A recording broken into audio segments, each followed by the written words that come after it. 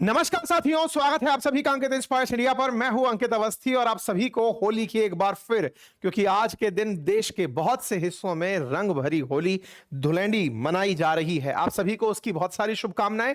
आज के सेशन में जिक्र कर रहे हैं इस बात का कि गल्फ, जब हम लोग होली के त्योहार में हर्षोल्लास में व्यस्त हैं, गल्फ कंट्रीज इस समय त्योहार बम पटाखे चलाकर, गोला बारूद जलाकर मना रहे हैं। गल्फ नेशंस के बीच में क्या कंडीशन है, आज उसका अपडेट। लेकिन उस अपडेट में सबसे बड़ी चिंता की बात यह कि Gulf Cooperation Council, that is GCC, उसका सबसे ज्यादा पैसे वाला देश कतर इस समय थोड़ा ठनक गया है, या फिर कहिए कि गुस्सा हो गया है। किससे? ईरान से। धमका दिया है कि सुनो, अब आपकी सारी रेड लाइंस क्रॉस हो चुकी हैं। अब रेड लाइंस क्रॉस हो चुकी हैं, इसका मतलब एक नया देश इस समय युद्ध में कूद सकता है। अपडेट यह है। साथ ही साथ में यूएई भी उसी के लाइन पर है। ताजा अपडेट के अनुसार 6 में से 2 देश बगावती हो चुके हैं। अब तक अमेरिका और इजराइल दोनों ही मोर्चा लिए हुए थे। बाकी ये 6 देश बेचारे शांति से बैठ करके हमलों को कैंसिल कर रहे थे कि हमारे ऊपर हमले आ रहे हैं, हम अपने डिफेंस में लगे हुए हैं। लेकिन अब के अपडेट को देखा जाए तो क्या पता ये दोनों देश भी इजराइल और अमेरिका के साथ मिलकर ईरान पे हमले करने शुरू कर दें। क्या ये बात मायने रखती है? बिल्कुल मायने रखती है। क्यों मायने रखती है? क्योंकि अभी तक के वॉर में ये सारे देश इस इंतजार में थे कि ईरान शांत हो जाएगा। लेकिन अब अगर इन्होंने भी अपनी ताकत का इस्तेमाल करना शुरू कर दिया और हमलों को अंजाम देना शुरू किया, तो हो सकता है कि इन्हें बहुत ज्यादा निशाना बनाया जाए। इनका निशाना बनाने से क्या होगा?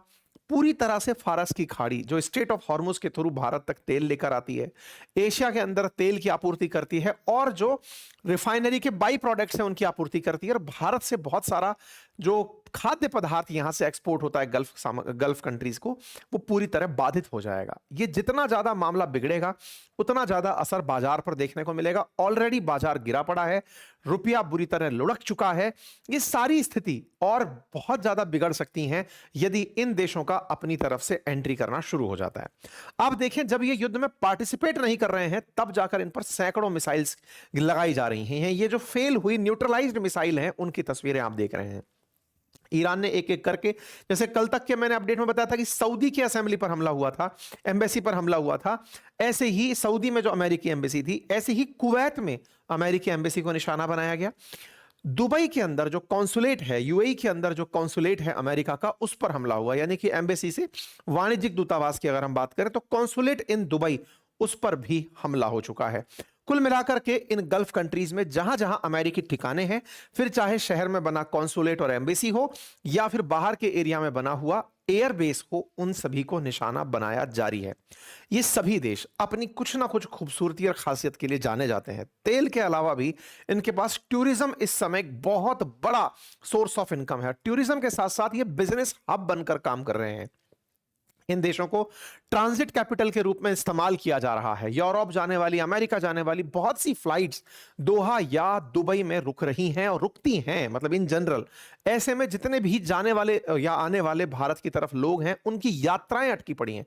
कुल मिलाकर के इन देशों में युद्ध के बादल जैसे जैसे मंडराते जा रहे हैं, भारत की अर्थव्यवस्था पर और दुनिया की अर्थव्यवस्था पर डायरेक्ट असर देखने को मिल रहा है। हमलों की स्थिति में फिलहाल अपडेट आज दे रहे हैं गल्फ के इन देशों पर हुए हमलों का, और साथ ही साथ उनके जवाबी कार्रवाई में हो सकने वाले भविष्य के नुकसान का। साथियों, तस्वीरें बहुत हैं और खबरों में सबसे बड़ी खबर यह कि all red lines have been crossed, ऐसा गल्फ स्टेट ने हाल ही में कहा है। कतर का यह बयान कितना मायने रखता है, आज के सेशन में हम आपको बताएंगे। साथियों, बहुत सारे भीषण वेपन्स का इस्तेमाल हो रहा है। ईरान के ऊपर हमले जोरों से चल रहे हैं, बदले में ईरान भी और देशों पर हमले कर रहा है। ये तस्वीरें जो आप मेरे सामने चलती हुई, बदलती हुई तस्वीरें देख रहे हैं, ये तस्वीरें जो युद्ध का दृश्य आपको विजुअलाइज करा रही हैं, इस तरह के बहुत से विजुअल्स इस समय सोशल मीडिया पर वायरल हैं। लेकिन उनमें से बहुत से विजुअल्स एआई यानी आर्टिफिशियल इंटेलिजेंस के द्वारा बनाए गए हैं।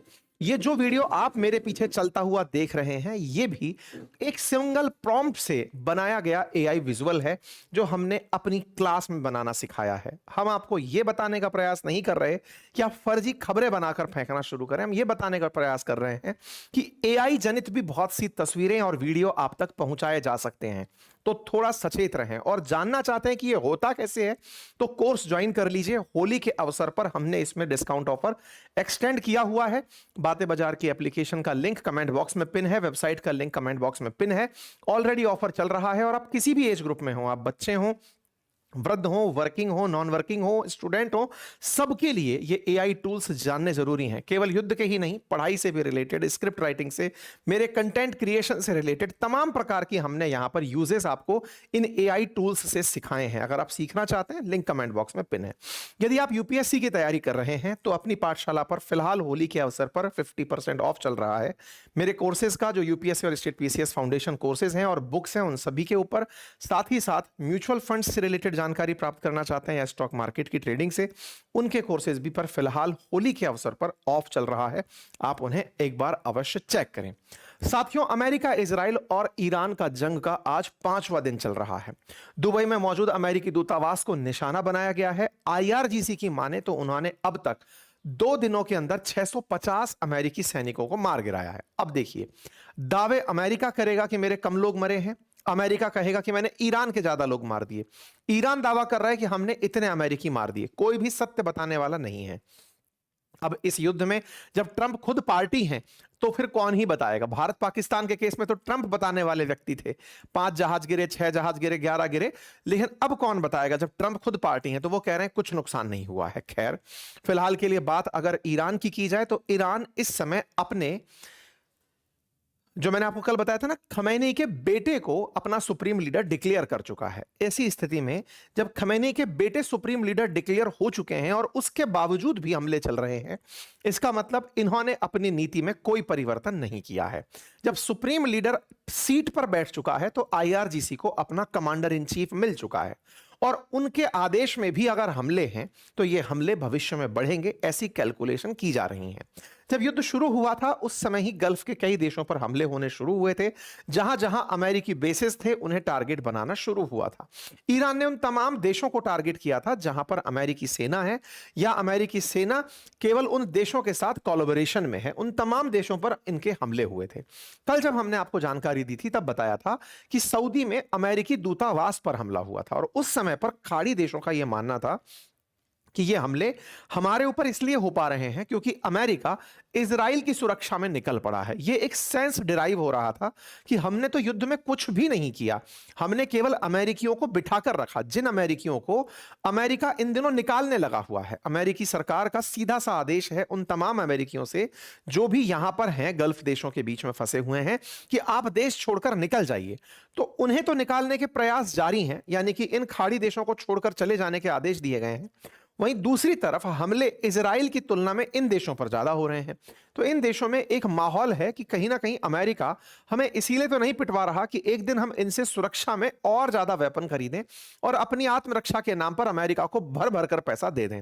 कुछ भी हो, कुल मिलाकर के जो हमले कल तक सऊदी की एम्बेसी पर थे, सऊदी में अमेरिकी एम्बेसी पर थे, वैसे ही आज दूतावास का जो दूसरा वाणिज्यिक दूतावास रूप होता है वो दुबई के अंदर, वहां पर हमले हुए।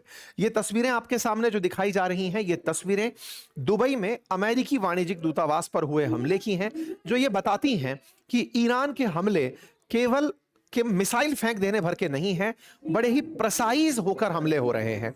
यानी कि उनके पास जो मिसाइल सिस्टम है वो हल्का मिसाइल सिस्टम नहीं है, वो बकायदा टारगेटेड हमले करने में कामयाब हो रहे हैं।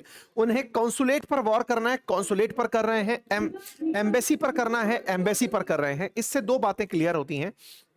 जो अब तक लग रहा था कि बस इन्होंने मिसाइल बना ली, प्रिसीजन और एक्यूरेसी नहीं है, कहीं भी उठाकर फेंक दे रहे हैं, नहीं, प्रॉपर तरीके से मिसाइल हमले हो रहे हैं। और इंटरेस्टिंग बात है, पिछले 2 सालों में 170 अमेरिकी बेसिस पर हमले किए जा चुके हैं। अमेरिकी बेसिस पर 170 से अधिक हमले किए जा चुके हैं। 170 अमेरिकी बेसों पे नहीं, 170 हमले किए जा चुके हैं अमेरिकी बेसिस पर। और ताजा हमलों में जो पाम आइलैंड है इन लोगों का, जहां पर यूएई वाले सबसे ज्यादा टूरिस्ट एक्सपेक्ट करते हैं, वहां पर बनी हुई उन होटल्स में जहां पर ईरान को लगता है कि अमेरिकी अधिकारी ठहरे हुए हैं, उन्हें निशाना बनाया जा रहा है।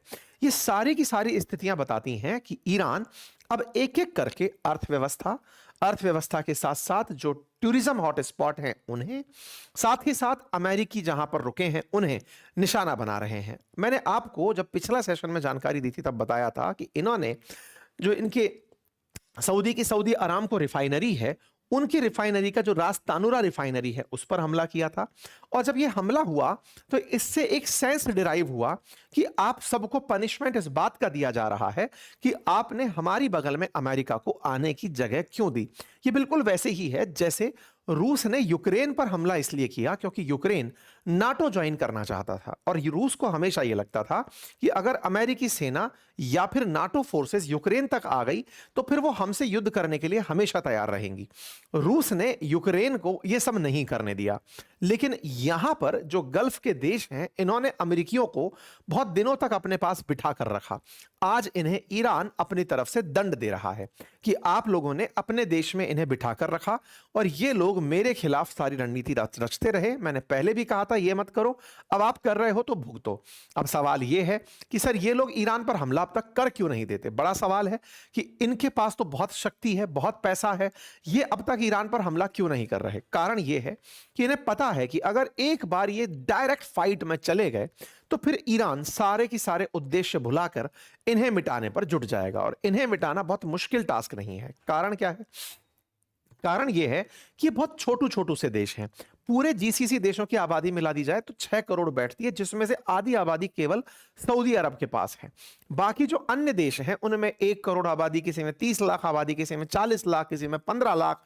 इतने छोटे छोटे देश हैं, लेकिन पैसा बहुत है, पर कैपिटा इनकम बहुत है, क्योंकि तेल बेचकर अमीर हो रखे हैं। इनमें से एक अमीर जिसका नाम है कतर, उसने कल धमका दिया, क्योंकि कतर का ईगो 7वें आसमान पर है। आपको मालूम होगा पिछली बार भी कतर ने जब उस पर इजरायली धमाका हुआ था उस समय पूरी दुनिया को इकट्ठा कर लिया था। इस बार भी कतर पर जब हमले होने शुरू हुए, कतर पर हमले क्यों हो रहे हैं इसके पीछे का कारण समझिए। कतर अपने पास अमेरिका का इन सभी देशों में से सबसे बड़ा बेस रखता है। वो बेस सेंटकॉम का मुख्यालय है। सेंटकॉम क्या है? अमेरिका ने दुनिया भर में जितने भी कमांड सेंटर्स बनाए हुए हैं, क्योंकि पूरी दुनिया को वो अपना कमांड में बांटकर चलता है ना, जैसे Indo Pacific command, CENTCOM command, European command, ऐसे पूरा सेंट्रल एशिया के लिए उसने सेंटकॉम बनाई हुई है। सेंट्रल एशिया में जितने भी अमेरिकी सैनिक हैं उनका सबसे बड़ा मुख्यालय कतर के अंदर है, और उस कतर में मुख्यालय होने के बावजूद भी ईरान उसे खूब नुकसान पहुंचा रहा है। कतर को इस बात का घमंड भी है कि अमेरिका मेरी रखवाली करेगा, क्योंकि मैंने उसको यहां पर इतनी बड़ी जगह दी हुई है। उसके बावजूद ईरान में 1% भी डर नहीं है, क्योंकि वो कतर को निशाना बनाने में कामयाब है। कतर तेल बेचकर ना केवल अमीर हुआ, बल्कि अपने पैसे का प्रबंधन करके भी अमीर बना। पैसे के प्रबंधन ने उसने टूरिज्म को स्थान दिया, इंटरनेशनल आर्बिट्रेशन की कैपिटल बनने का प्रयास किया। दुनिया भर के तमाम संगठन अपने मुख्यालय कतर में, दोहा में बनाकर चलते हैं। इवन हमास ने भी अपना मुख्यालय यहां बना रखा था, हिजबुल्लाह भी बातचीत करने आता था, तो तालिबान भी यही अमेरिका से बात करने आता था। तो कतर ने दुनिया के बीच में एक काफी बड़ी इज्जत कमाई है। अब उस इज्जत को चूना लग रहा है ईरान के हमलों से। जहां तक बात हो तेल की, तो वेनेजुएला के बाद अगर सबसे ज्यादा तेल किन्हीं देशों के पास है तो वो यही जीसीसी कंट्रीज हैं, जिनमें सऊदी अरब का नाम आता है, जिसमें कुवैत का नाम आता है, जिसमें यूएई का नाम आता है, और उसमें ईरान का नाम आता है। तो ईरान को एक तरफ रख भी दिया जाए, जो कि दूसरी तरफ का पार्टी है, तो ये आपस में झगड़ने वाले जो देश हैं उनमें से एक तरफ और दूसरी तरफ, दोनों तरफ की पार्टियां तेल के लिए जानी जाती हैं। लेकिन अब तेल के अलावा भी इन लोगों ने अपने डाइवर्सिटी करना शुरू कर दिया, मनी का डाइवर्जन करना शुरू कर दिया है। कहा जाए तो फंड अलोकेशन शुरू कर दिया है। तेल तो पर्शियन गल्फ से निकलकर बिकने आता ही है, इसके ऊपर तो इनका अब एक तरह से ट्रेडमार्क हो गया कि तेल तो अपना ही आएगा। आज इंडिया की आवश्यकता का भी 50% से ऊपर इसी जगह से आता है। लेकिन इन्हें पता है कि आने वाले समय में कोई सन की अमेरिकी राष्ट्रपति आया तो हो सकता है वो तेल पर रोक लगा दे। जैसे पहले बाइडेन बहुत ज्यादा पेरिस क्लाइमेट डील की शर्तों को मानते हुए जीरो कार्बन एमिशन तक पहुंचने ही वाले थे। ये तो ट्रंप आए जो पेरिस क्लाइमेट डील से बाहर निकले और फिर तेल बेचना दुनिया को शुरू करवाया कि चलो भाई अब वेनेजुएला भी तेल बेचेगा, तुम लोग भी तेल बेचो, खूब प्रदूषण हो, कोई दिक्कत नहीं है, कार्बन एमिशन हमारी चिंता नहीं है, आने वाली पीढ़ियां देखेंगी, हम तो चले जाएंगे। ऐसे में इन देशों ने अपने तेल के स्थान पर बहुत सारी चीजों में इन्वेस्टमेंट शुरू किया, जिसमें बहुत बड़ा इन्वेस्टमेंट अपने आप को दुनिया के लिए एक शांत जगह प्रोवाइड कराना था, टूरिज्म उपलब्ध कराना था। लोग यहां केवल पर्यटन के लिए ही ना आए, अगर अर्थव्यवस्था में उन्हें इन्वेस्ट करना है तो ये जीरो टैक्स पॉलिसीज लेकर आए। जैसे यूएई के अंदर कोई टैक्सेशन नहीं है, वो वैट लेता है 5%, और अगर आप विदेशी हैं तो जाते समय अपने वैट को रिफंड करा के भी निकल सकते हैं। मतलब ऐसी स्थिति उसने पैदा करी कि दुनिया के तमाम अमीर यूएई की तरफ शिफ्ट होने लगे कि जब कोई पैसा ही नहीं लग रहा और ऐसे में ये लोग हमें रहने की वर्ल्ड क्लास फैसिलिटी दे रहे हैं, इंटरनेशनल कनेक्टिविटी दे रहे हैं, हाई टेक सिक्योरिटी दे रहे हैं। आज दुबई या यूएई इस बात के लिए जाना जाता है कि यहां पर आप सड़क पर अपना पर्स पड़ा छोड़ जाएं तो भी कोई आपका पर्स लेकर नहीं भागेगा। इतनी बड़ी इन्होंने सुरक्षा व्यवस्थाएं विकसित की, लोगों में विश्वास बहाली की। लेकिन इस विश्वास बहाली को ईरान पूरी तरह से छेद दे रहा है। कैसे? क्योंकि जहां एक और टूरिस्ट अब तक इसलिए आ रहे थे, निवेशक इसलिए आ रहे थे कि बहुत सेफ है, उसे ईरान आए दिन गोले बरसा के डरा रहा है। वर्ल्ड क्लास इमारतें जो यहां पर बनी हुई हैं, वर्ल्ड ट्रेड टावर जैसी चीजें बनी हुई हैं, यहां पर बुर्ज खलीफा जैसी संरचनाएं बनी हुई हैं, इन सबको अब एक एक करके निशाना बनाया जा रहा है। ये सारे देश जिनके पास में फिलहाल टूरिज्म और इकोनॉमिक अपॉर्चुनिटीज विकसित करने का दिमाग आया, इन्हें सीधा चैलेंज ईरान सामने बैठकर दे रहा है। ये 6 देश हैं साथियों, पर्शियन गल्फ के अंदर 6 देश, कुवैत, बहरीन, सऊदी अरब, यूएई, कतर, ओमान, ये सारे के सारे जो देश आपके सामने दिखाई दे रहे हैं, ये देश गल्फ काउंसिल कहलाते, गल्फ कोऑपरेशन काउंसिल कहलाते हैं। सुन्नी बहुतायत कंट्री हैं, एंटी ईरान हैं, लेकिन हमला करने से डरते हैं क्योंकि इन्हें पता है कि हमला अगर हमने इनिशिएट कर दिया तो ईरान से हुआ हमला हमारा बहुत नुकसान कराएगा। ईरान चूंकि पूरी तरह से इनके बराबर जगह लेकर सामने बैठा है, तो सारी की सारी जो डेवलपमेंटल फैसिलिटीज इधर विकसित की जा सकती हैं, ये गल्फ के उस तरफ भी विकसित की जा सकती हैं। यानी कि ग्रोथ एवेन्यूज ईरान के पास भी इनके बराबर ही हैं और इनसे ज्यादा ही हैं। ईरान लेकिन अब तक अमेरिकी प्रतिबंधों के चलते, पश्चिमी प्रतिबंधों के चलते अपने रिसोर्सेज का उपयोग नहीं कर पाया है। अदरवाइज सऊदी अरब के बाद दूसरा लार्जेस्ट ऑयल रिजर्व ईरान के पास ही है। तो ऐसे में इसके पास खोने के लिए ज्यादा नहीं है, तेल है तो वो जमीन में धंसा हुआ है, तो ये यहां से इन्हें निशाना बनाकर इनके प्रति लोगों में अविश्वास पैदा कर सकता है और इनकी अर्थव्यवस्था बुरी तरह चरमरा सकती है। इसका एविडेंस मैं आपको यहां पर दूं, कतर नाम का ये जो छोटू सा देश आपको दिख रहा है, आइलैंड कंट्री, ये इन 6 देशों में सबसे ज्यादा पर कैपिटा इनकम रखता है। प्रति व्यक्ति आय $1.25 है, $1.25 पर व्यक्ति आय, जहां यूएई के अंदर अधिकतम $90,000, बहरीन में $71,000, यहां सऊदी अरब में $77,000, हमारी अभी $5-7,000 भी नहीं पहुंची होगी, इतनी ज्यादा इनकी यहां पर कैपिटा इनकम है। कारण है आबादी बहुत कम है। कितनी कम आबादी है आप उठाकर देखें तो सऊदी अरब की पॉपुलेशन भले ही करोड़ों में हो, मतलब यहां पर 36 करोड़ के आसपास आपको इनकी पॉपुलेशन दिखाई, 3.5 करोड़ के आसपास पॉपुलेशन दिखाई दे जाए।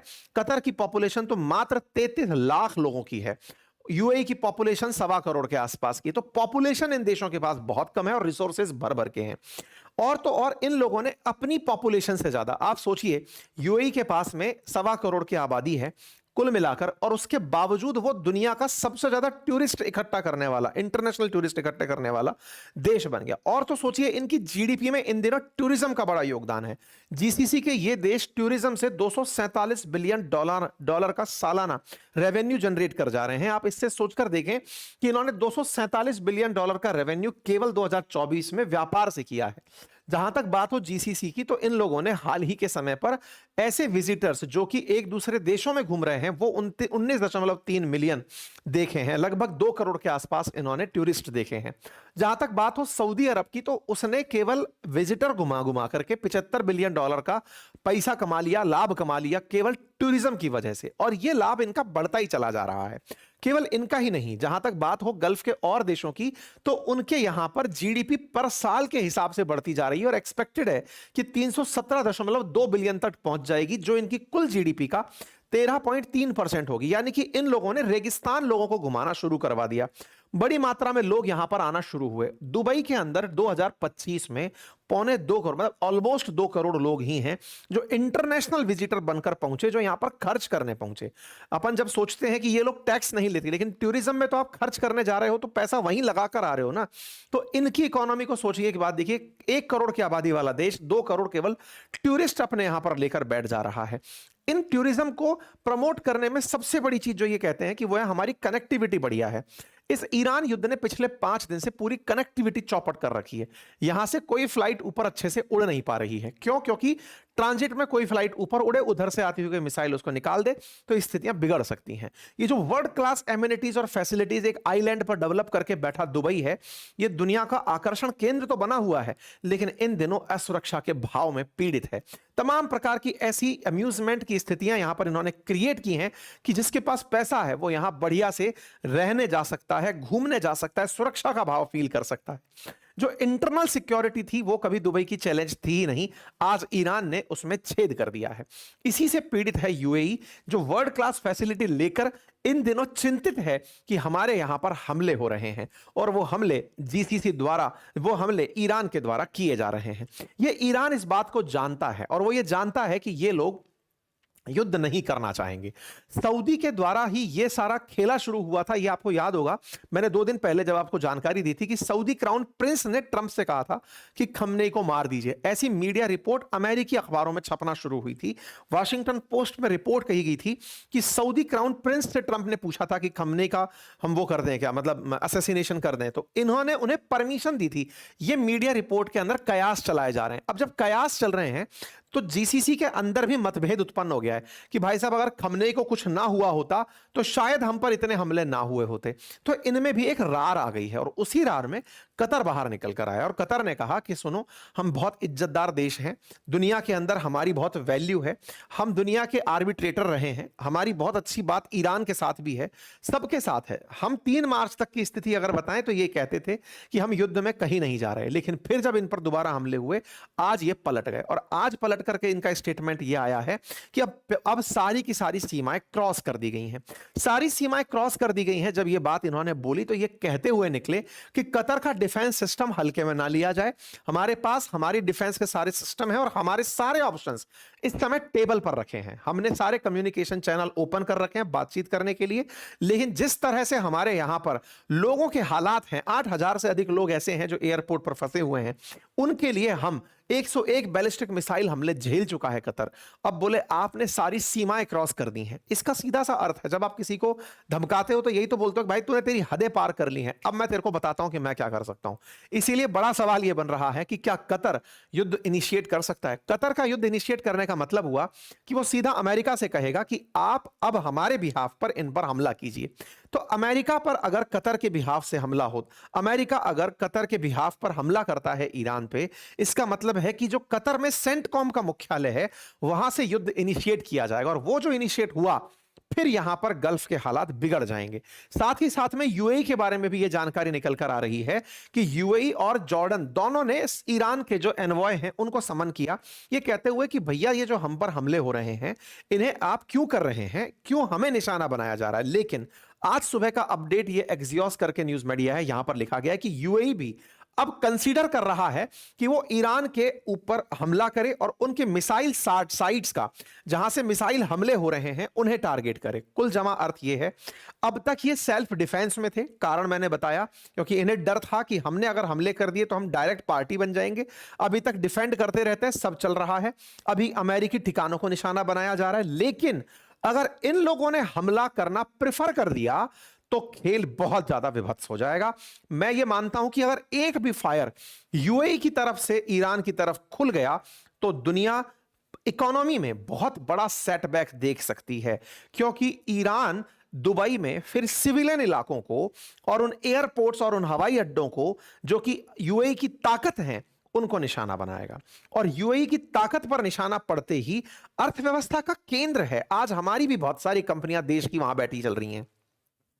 अमेरिका, यूएस, रशिया, चाइना, तमाम देशों की कंपनियां इस समय मिडिल ईस्ट में बैठी हुई हैं, बुरी तरह से प्रभावित हो जाएंगी। खैर, अब देखना होगा कि यूएई इस बात को कंसीडर कर रहा है, इसका प्रभाव क्या निकलता है।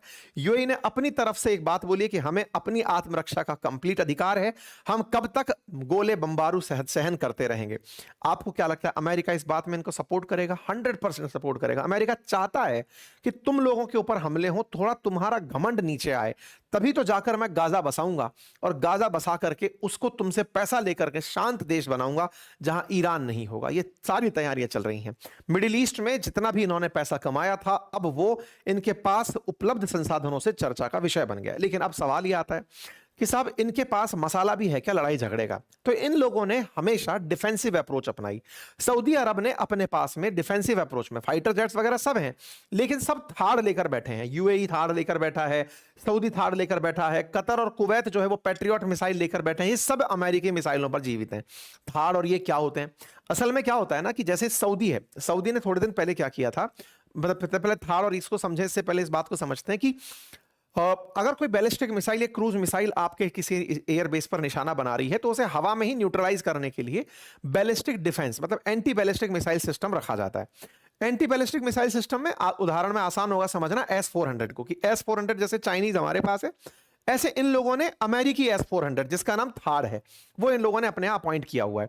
अपने यहां पर जैसे आद है यानी कि Akash anti missile system, anti ballistic missile system है, ऐसे इन लोगों के यहां पर पैट्रियट मिसाइल सिस्टम भी है। पैट्रियट भी अमेरिका से इन्होंने परचेज किया है। उसमें क्या है और थाड़ में क्या अंतर है? थाड़ क्या करता है कि लॉन्ग रेंज पर ही न्यूट्रलाइज कर देता है किसी बैलिस्टिक मिसाइल को या किसी फाइटर जेट को, लेकिन जो पैट्रियट मिसाइल सिस्टम है वो शॉर्ट रेंज में, कि अगर कोई मिसाइल निकलकर आगे तक आ गई और बिल्कुल ही गिरने वाली है तो उसको न्यूट्रलाइज करता है। यानी कि आती हुई कोई भी बैलिस्टिक मिसाइल या क्रूज मिसाइल, सामान्यतः क्रूज मिसाइल इनके कंट्रोल से परे रहती हैं क्योंकि वो जमीन के बिल्कुल पैरेलल उड़ के चलती हैं।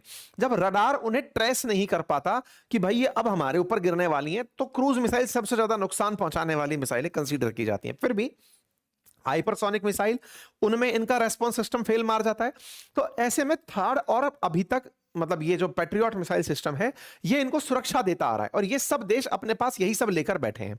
हाल ही में क्या किया, सऊदी अरब ने चाइना से लेजर सिस्टम मंगवाया कि सर मुझे ना लेजर सिस्टम दो, मैं बहुत महंगा पड़ रहा है मेरे लिए ये मिसाइल सिस्टम, क्योंकि एक एक मिसाइल जो इन पैट्रियट में इनमें चलती है मिलियंस ऑफ डॉलर की होती हैं। तो बोले साहब लेजर दे दो, हवा में खत्म कर देंगे। लेकिन ये लोग भूल गए थे चाइना में रेगिस्तान नहीं है जहां पे उसे युद्ध करना है। ये लोग तो रहते रेगिस्तान में है और लेजर के साथ दिक्कत क्या है कि लेजर बीम में अगर किसी भी प्रकार से मतलब डस्ट पार्टिकल फंस गए या हाइपर हीट फंस गई तो लेजर डेविएट हो जा रही है इन लोगों की। तो इनके द्वारा मंगाया गया चाइनीज सिस्टम फेल मारा, तो इन्होंने अमेरिकी सिस्टम थाड़ मंगाया। थाड़ इन्होंने $15 बिलियन के अंदर मंगवाए थे खुद की सुरक्षा के लिए। अभी जो सऊदी के पास थाड़ कम काम कर रहे हैं वो पर्याप्त मात्रा में नहीं है। ये पूरे टाइम ईरान से अगर हम पर हमला हुआ तो उसकी बचत में अमेरिका से सुरक्षा मांगते आ रहे थे और अमेरिका ने इनको खूब माल बेचा है। ये एंटी बैलिस्टिक मिसाइल सिस्टम थाड़ आयरन डोम की तरह समझ लो इजराइल के, उसने तो खुद का बनाया हुआ है, ये अमेरिका वाले पर आधारित होकर के काम करते हैं। ऐसे ही पैट्रियट मिसाइल सिस्टम इनके पास है, वो भी अमेरिका का है। और ऐसे ही एक और मिसाइल सिस्टम है जिसका नाम है नेसम। नेसम जो है वो नॉर्वे का बनाया हुआ सिस्टम है, वो भी इन देशों ने अपने पास रखा हुआ है। कुल मिलाकर के इनके पास यूएस के मिलिट्री का प्रेजेंस है, इंटेलिजेंस की शेयरिंग है और रीजनल कॉपरेशन है। उसके बावजूद भी ये लोग हमला करने से डरते हैं क्योंकि ये डिफेंसिव रहे हैं कि अगर हम हमला किए तो हम पर नुकसान बहुत होगा। अमेरिका क्या कर रहा है? अमेरिका हमेशा नेवल फोर्सेस में और एयर फोर्सेस में बहुत ताकतवर रहा है। ग्राउंड बैटल्स में वो हमेशा पिछड़ता है। अफगानिस्तान आपने देख लिया, वियतनाम उससे पहले उसका फेलियर का उदाहरण है। अब क्या हो रहा है ना कि ग्राउंड पर जो फोर्सेस हैं इनकी वो किसी भी काम की नहीं हो पा रही हैं। क्यों? क्योंकि वो केवल डिफेंस के नाम पर गोला दाग सकती हैं। वो अगर दागना शुरू करते तो अमेरिका बैठकर इंतजार कर रहा है, वो कह रहा है you will find out respond. Obvious सी बात है, इन सबको इतना उकसा देगा कि तुम रेस्पॉन्स दो, तुम रेस्पॉन्स दो, फिर इनके नाम पर वो यूएस बेस से हमले करेगा, खेल खत्म हो जाएगा। अब के लिए अब बात यह है कि साहब इनको कोई भरोसा दिया गया? बोले हाँ, इनका पूरा तेल अटका पड़ा है स्ट्रेट ऑफ हॉर्मुज में। तो यूएस ने अश्योर किया है कि मेरी जो नेवी है ना वो आप लोगों के जहाजों को बाहर निकालेगी। लोगों में विश्वास नहीं आ पा रहा है कि तुम्हारी नेवी जहाजों को कैसे बाहर निकालेगी। लंबे जहाजों की लाइन लगी पड़ी है स्ट्रेट ऑफ हॉर्मुज के अंदर। ईरान बिल्कुल चौक करके बैठा है, निकल के दिखाओ गोला मार दूंगा। तो अमेरिका बोल रहा है कि मैं यहां पर नेवी से सुरक्षा दूंगा और जहाजों को निकालूंगा। जब भी कोई मिसाइल वहां पर आएगी मैं उसको हवा में ही मार दूंगा। अब देखना होगा कि तेल के खेल में ये लोग कैसे सुरक्षा दे पाते हैं। अगर एक भी मिसाइल किसी टैंकर पर ढंग से गिर गई तो स्ट्रेट ऑफ हॉर्मुज वैसे भी बंद हो जाना है, आग लग जानी है, तो बाकी तेल के टैंकर दूर ही खड़े रह जाने। खैर, अब जो भी चल रहा है वो पूरा की पूरा वॉर जोन है। आप लोग इस विषय को कैसे देखते हैं जरूर बताइएगा।